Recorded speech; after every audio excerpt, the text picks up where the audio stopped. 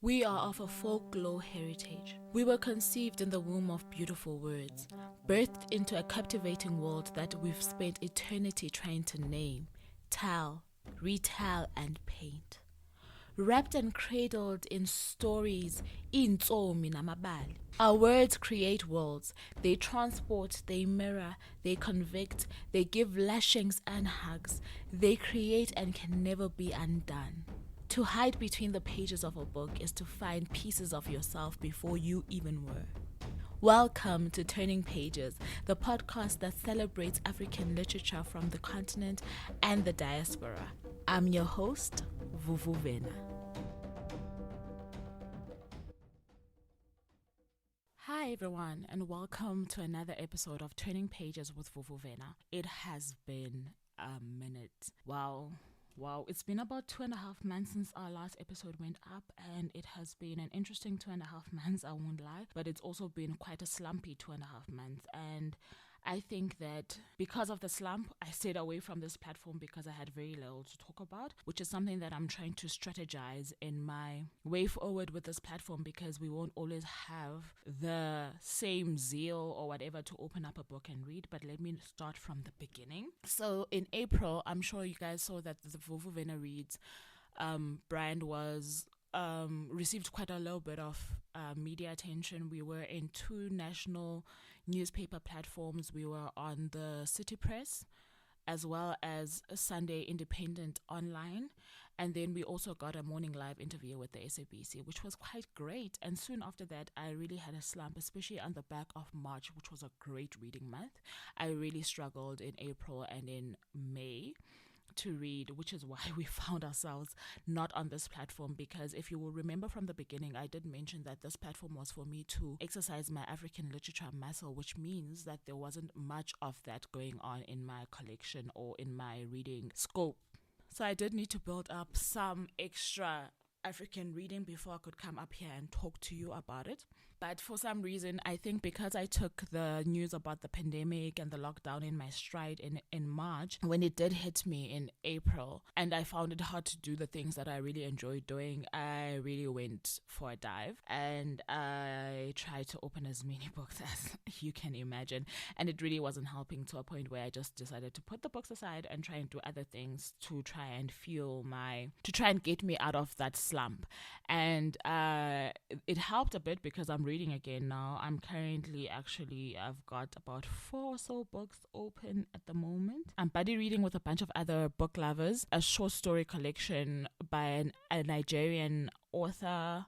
It's called What Happens When a Man Falls from the Sky. The author is Leslie Arima. So short stories are a good way to get out of a slump, and reading with other people is also a good way to get out of a slump. So I'm very glad that Hey Ansi, I think she's got a podcast, she's from Zimbabwe, suggested this buddy read with a bunch of other South African and book lovers from all over Africa. Actually, it's not a big group. We chat on WhatsApp once a week about the stories that we've read, so it's not a very big group, but it's quite a nice setup. I'm enjoying it so far. So I'm reading that. I'm also reading Wonder Woman Warbringer by Lee Bardugo. I'm also reading, along with an audiobook, Harry Potter and the Order of the Phoenix. I'm really struggling with that one because it's a whole huge chunker of a book. It's probably more than 800 pages long, and I don't understand why it had to be that long. Obviously, I'm still at the beginning because I've been struggling to get through it. However, I think that reading along with an audio will help me.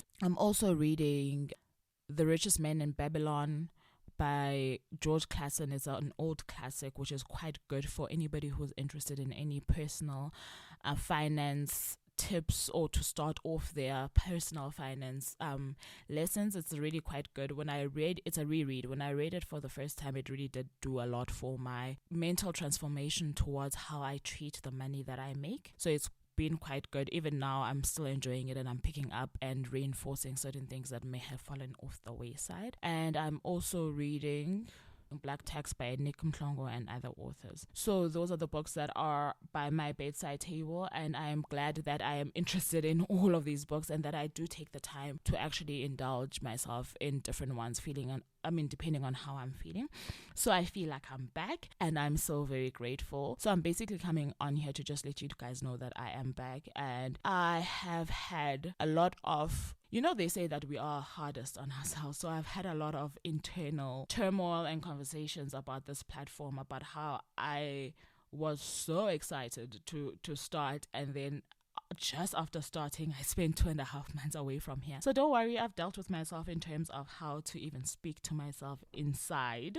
So we're back, and we're going to try and use this time while we are on a high and feeling good and positive to formulate ways in which to avoid inconsistency. Because if there's one thing that I have to learn to grasp and get a hold of on all my platforms, is inconsistency. However, I am very aware that for a lot of people who do content creation for themselves, by themselves, they don't have a team or any kind of help, and they do it across the board on various platforms, that we will find ourselves stretched. On top of that, you have a 9 to 5. On top of that, you are a single mom.